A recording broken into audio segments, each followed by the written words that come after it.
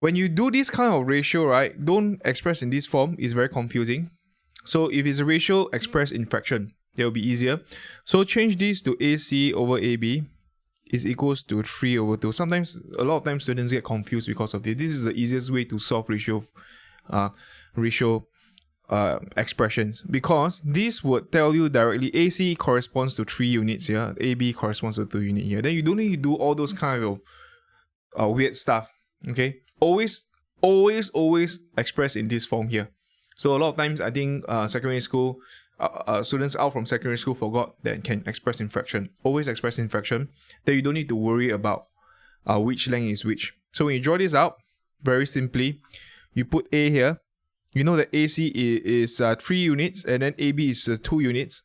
So C is on AB produced. So B is here. B is 2 units here.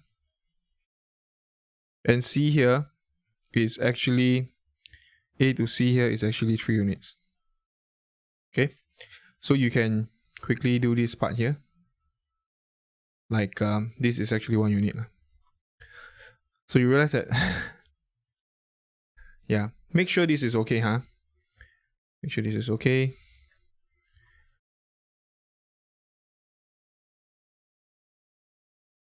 Okay, this is 3 units.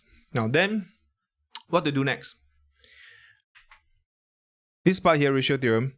Now ratio theorem, you can actually derive from whatever you learn in secondary school, but this is a very neat theorem here. I want you to pay a bit of attention here. If say that P divides AB in terms of lambda and mu, what we can say is OP, just follow me very carefully. The middle vector will always be the subject. The middle vector is always the subject. Remember that? It's always the subject. Now what you do is very simple. You take OA, so this side is OA, right? If this is A, you cross multiply, this is B, right? So you take this A here, you cross multiply with mu here. Then this one here cross multiply opposite. That's the easiest way to see this. So then this will just be basically mu times A plus lambda times B over, then you add both of the ratio up. So it's mu plus lambda. Very, very neat formula here, ratio theorem. Okay, I repeat, you can actually derive this using your secondary school concept. Actually, you should know how to do it, but essentially what you would have to know is, if any vector cuts any, okay, let's say this is 2 and 1, this is let's say P, this is let's say K, and this is M. Okay, so this one you should know that P is equals to M times 2, so it's 2M plus K, 1 times K over 2 plus 1. Okay, very neat. So just cross multiply, add, divide by the summation of the ratio. Okay, so the middle guy is always the subject. If midpoint, then it will be 1 to 1. So if this is 1, 1, 1, 1, you get midpoint. So it's OA plus OB over half 2. Okay, so that's pretty okay. Now what I want you to do is highlight this one. Note that any mirror image or reflection, you need to use midpoint. This one, important. You'll forget one. Okay, so I want you to highlight this.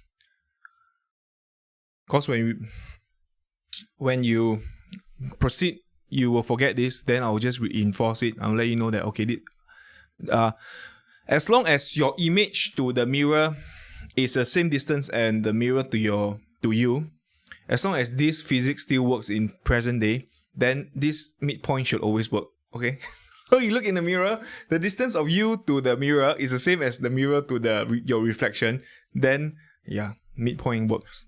Anyway, it just works. So any kind of reflection or mirror image, just use midpoint theorem. Okay, important. Okay, great. So let's look at the subsequent part, which is this part here. So how do we do? So find the position vector of C. So meaning you want to find OC. Okay, if you want to find OC, right?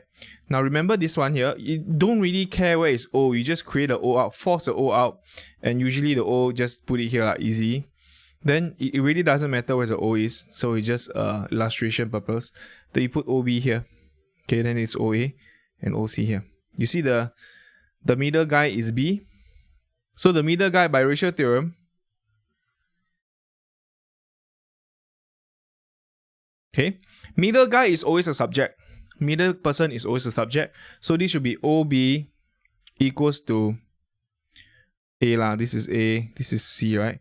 So A times 1 plus 2 times C over 1 plus 2. So cross multiplication, which is here, you take A cross with 1 and then 2 times C like that. Then add 2 plus 1. Alright. Then this will just be what am I doing? This is B lah. Okay, I want to find C because I already got A. A would be OA, which is 6 minus 2 minus 1, and then B, which is actually minus 1, 5 minus 3. So I've got B equals to A plus 2C over 3. So this is 3 multiply up. It just, then I want C minus A. C equals to half 3B minus A. Okay. So key in calculator, 3 minus 1, 5 minus 3 plus minus 6. 6 minus 2 minus 1. Okay. So this case here would be minus 3. This is minus 9, 15, 17. Minus 9 minus 8. This is OC. Okay. The OC will be this. Minus 9. You can leave it like that, it's fine. Okay, you can just leave it like that. This is the, or if the position vectors you do not want, you can just put as negative 4.5.